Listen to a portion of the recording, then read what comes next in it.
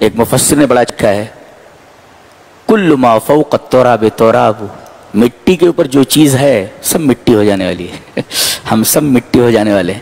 کبھی تنہائی میں اکیلے ذرا سوچو کہ موت آ گئی آپ کو، موت تو لگی ہوئی ہمارے پیچھے، طرح طرح کی بیماریاں ہمارے پیچھے لگ گئی ہیں، کب کون نکل لے کچھ پتہ نہیں ہے۔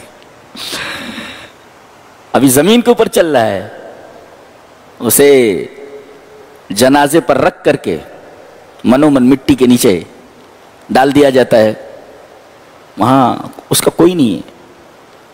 یہاں کہتا ہے یہ میرا وہ میرا وہ میرا، وہاں کچھ نہیں ہے اس کے لیے، وہاں صرف اس کے ساتھ اس کا عمل ہے۔ اگر نیک عمل کے ساتھ گئے ہو تب تو وہ قبر بھی آپ کی بلڈنگ سے کہیں زیادہ اچھی، دنیا کی سب سے بہترین لگزیریس جگہ سے اچھی ہو قبر، لیکن اگر برا عمل کر کے گئے ہو تو بہت پریشانی ہے آپ کے لیے۔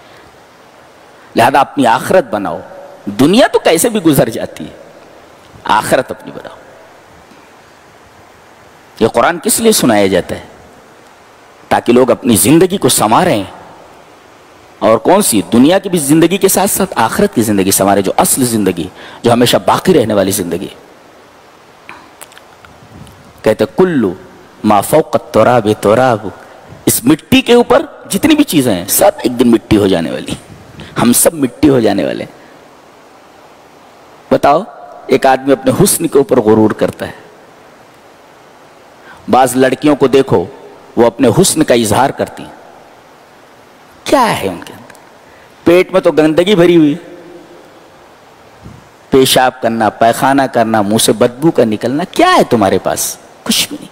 یہ دنیا کی حقیقت ہے، گندگی کی سوا کچھ نہیں۔ تو کل ما فوق التراب تراب، مٹی کے اوپر جتنی بھی چیزیں ہیں سب مٹی ہو جانے والی۔ اس کے بعد اصحاب کہف کا واقعہ بیان کیا جائے، انہم فتیۃ آمنوا بربہم وزدناہم، چند نوجوان تھے۔ یہ نوجوان کہہ کر کے حوالہ کیوں دیا؟ نوجوان کا لفظ کیوں استعمال کیا گیا؟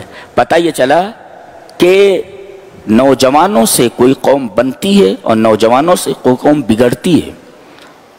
نوجوان قوم کی آبرو ہوتے ہیں، یہ جس قوم کے نوجوان اچھے ہوتے ہیں وہ قوم اچھی ہوتی ہے، جس قوم کے نوجوان بگڑ جائیں وہ قوم بگڑ جاتی ہے، قوم تباہ ہو جاتی ہے۔ نیز سب سے زیادہ متاثر ماحول سے نوجوان ہوتے ہیں، اور دین کے فتنے میں، دنیا کے فتنے میں سب سے زیادہ مبتلا ہونے والے نوجوان